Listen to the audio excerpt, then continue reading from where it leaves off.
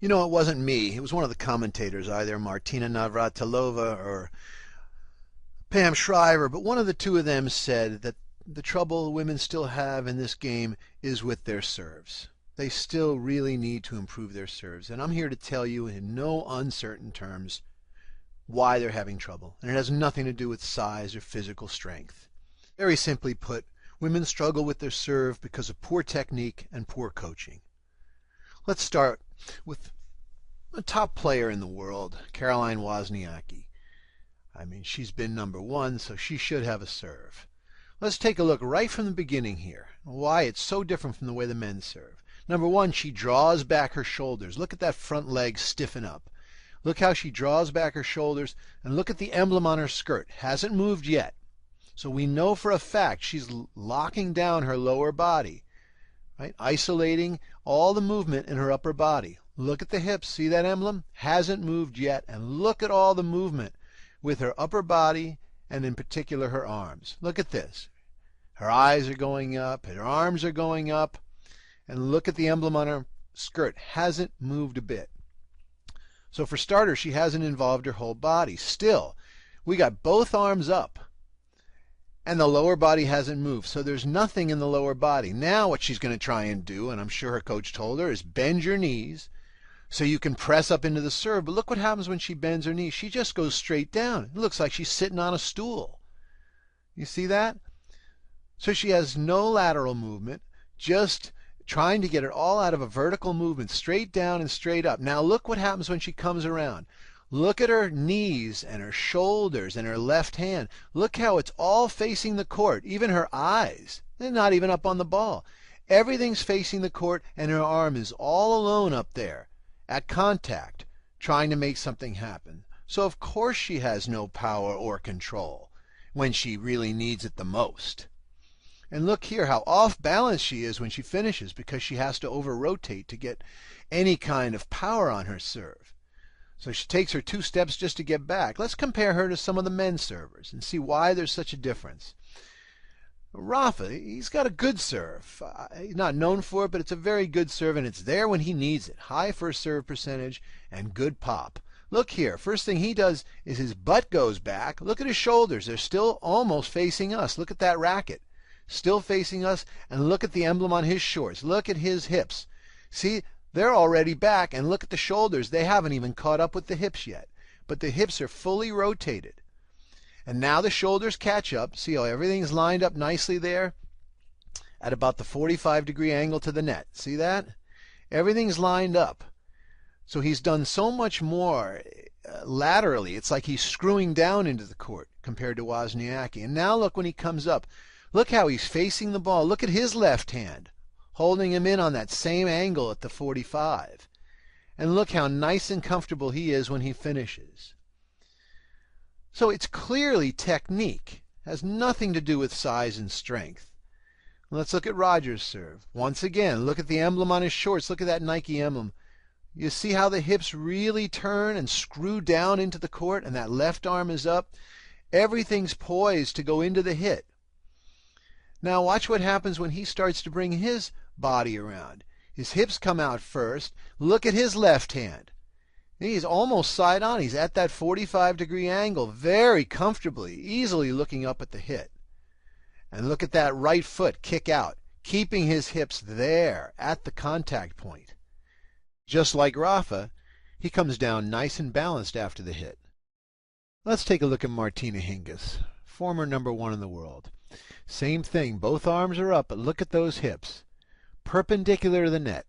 So there's no twisting, no torque in the body, and she never really did have any power on her serve. She tries to bend, and then she over-rotates. Look here as she follows through. She's looking actually to the left. She's not even looking at the ball. Her whole body's off balance, and her arm is all alone up there. So there's just no power behind that arm. Let's take one of the best women's servers, Serena Williams. Watch the emblem on her skirt. Immediately, the first thing that happens before the arms move is that emblem moves. It twists. You see that turning? That's screwing down into the court. She's getting torque. She's getting tension in her body, sort of like spring-loaded. And now she's at the 45, that left arm and her hips, and she explodes up into the 45, and it's much easier for her to actually see the contact point.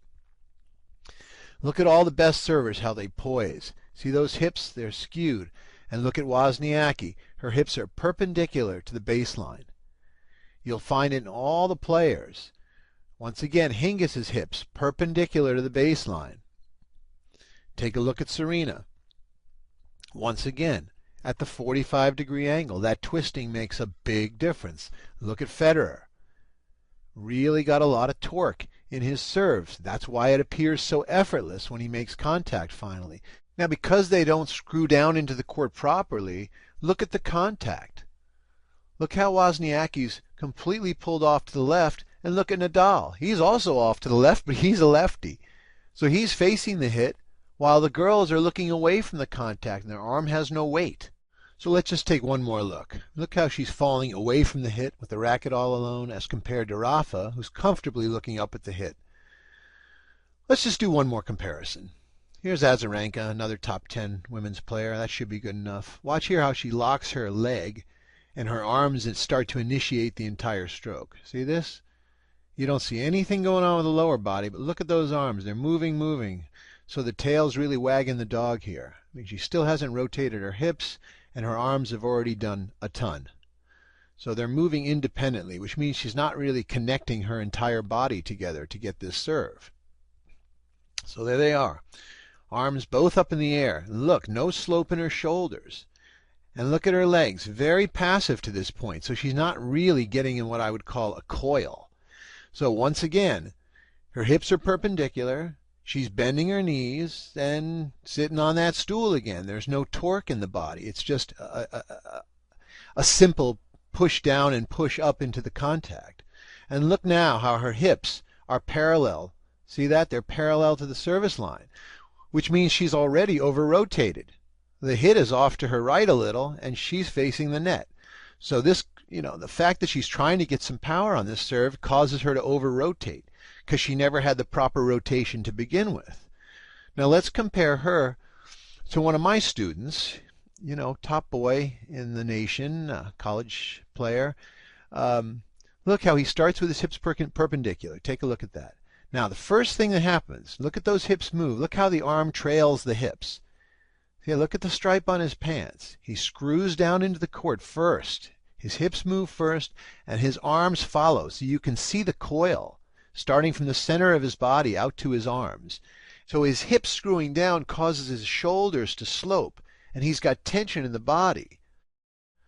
Unlike Azarenka, where she hasn't created any coil or tension in the body. So what she'll have to do now is she'll have to use her legs and an over-rotation in her arms to get any power, where Warren is just basically letting his body snap up into the hit of the torque that he created through his coil right from the beginning, because he started with the center of his body. And look at the stripes on his shorts. You can see his hips are lined up with the contact. And in comparison, let's look at Azarenka. You see, she's flat up against the service line and the baseline. She's facing the net. So her body's coming down and her arms all alone up there. So she's trying to get power out of a mere knee bend and an over-rotation with her shoulders. The fact is, a small movement in the hips creates a larger movement in the arms and thus racket. It's like a ripple effect. It's like dropping a pebble in water. The rings get bigger and bigger and bigger as they get further out. And it's the same theory that says a small movement in the hips creates a large movement in the arms. So we at the School of Tennis believe that full body rotation on balance is the key to a good serve. How do you think your son or daughter would do if they knew this valuable information that's really not being disseminated right now in the tennis world? Instead, you have here a well-known pro talking about keeping a foot in each one of these ball hoppers to isolate the upper body to try and get racket head speed through just shoulder rotation. And it's just this kind of misinformation that's holding players back. So if you think you may prefer this more scientific method of the coil and nonlinear tennis, go to schooloftennis.net.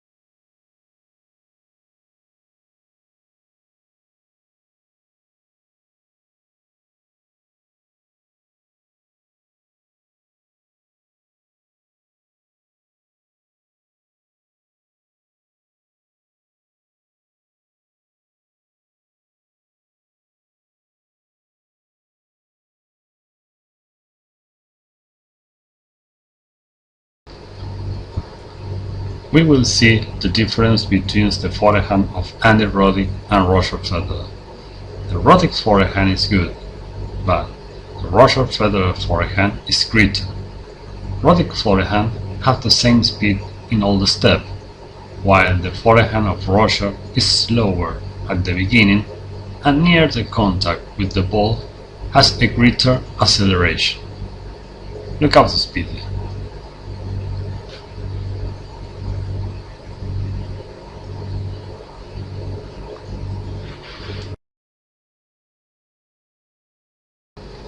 In this video, we can watch the movement of the forehand of Roger Federer.